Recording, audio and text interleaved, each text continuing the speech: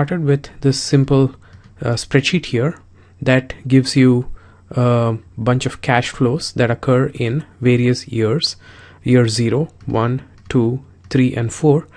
The cash flows are $350 going out, and so it's negative.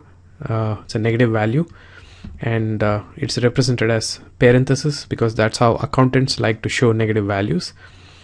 So a $350 cash flow is going out in the 0th year, that is at the very start of our time interval of interest. At the end of that first year, you have a cash flow of $100 coming in.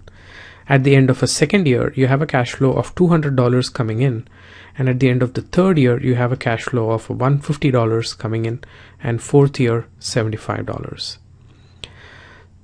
So how do you calculate the net present value of all these cash flows subject to an interest rate of 5%? So in other words, what we're asking is, if the cost of our money is 5%, that is, if we were to put this money in the bank, we'd get a 5% return interest rate on this. Now, given that opportunity cost that our money can earn, what if we put this money of $350 inside this venture that yielded $100, $200, and so on over the 4 years? Which is better? Is it better to put money in the bank and earn 5%? Or is it better to put money in this venture and earn this return? We need a way to compare that. So that's what we're trying to find out with the net present value. If the net present value of these cash flows at this hurdle interest rate or at this cost of capital, if the net present value is positive, then it's better to invest in this. If the net present value is negative, it's better to put money in the bank and earn 5% interest rate. So to calculate the net present value, I'm first going to do it the longer way, which is to say that I will calculate the present value of each of these cash flows. The present value is the cash flow divided by the discount rate. The discount rate is the interest rate raised to the power of how much time periods away we're getting the money from. So in this case it is 0 because we are immediately paying off the money. So I'm just going to press enter, and I also want to press F4 so that the F1 cell here becomes $F, $1, so that as I copy this formula down, the interest rate cell remains F1, and I copy this down to all the other cells. So now you have the present value of $100 1 year from now is $95.24. The present value of $200 that you will get 2 years from now is worth today $181.41, and so on for these two. And the net present value is nothing but the sum of all these cash flows, the negative one in the beginning and the positive ones later on, and that is $117.92. Excel provides an NPV function, and we are going to now use that function to calculate the net present value. To use the NPV function, this is how we would do it.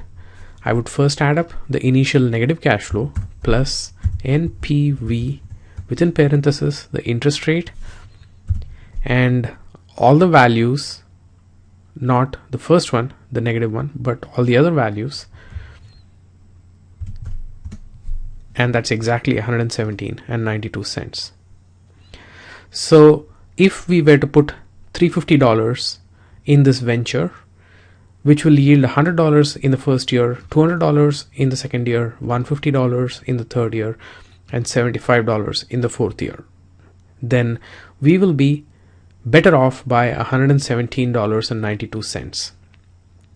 So that means that is our gain out of the venture, and we should probably put money in this venture as opposed to putting the money in the bank.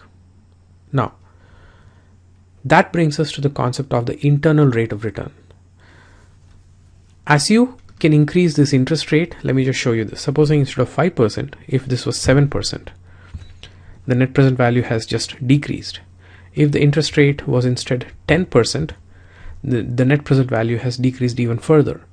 So If you can find an alternative investment that pays higher interest rate, then this particular investment appears less and less attractive because its net present value is lesser and lesser. So what is that value of this interest rate, right? Is there a sufficiently high value of this interest rate at which the net present value becomes zero? That interest rate is the internal rate of return. So let me calculate that using this Excel formula, equals IRR within parentheses.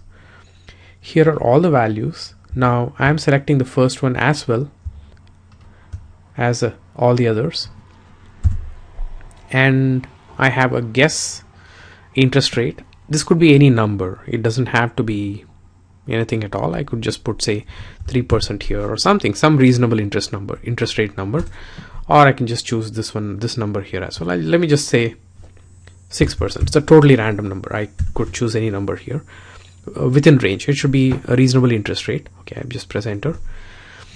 And the internal rate of return is 19%. Let me actually make this show the decimals. So this is the internal rate of return. So at this interest rate, if this interest rate was 19.25614%, then the net present value would be zero. Let me see if that is the case. I'm just going to say 19.25614, and you can see that the net present value has become zero. So if your alternative investment can yield something greater than 19.2561%, so if it can yield 20%, then you're actually losing money by putting in this venture because your alternative investment can yield more, and now your net present value is actually negative. So that is the significance of the internal rate of return. How do companies use internal rate of return?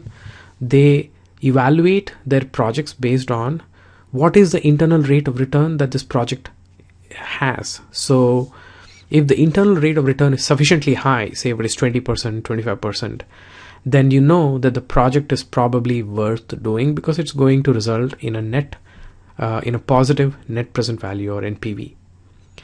And you proceed with the project. If the internal rate of return is low, like maybe 3 or 4%, then it's more risky to do the project because there could be higher, projects that yield higher returns.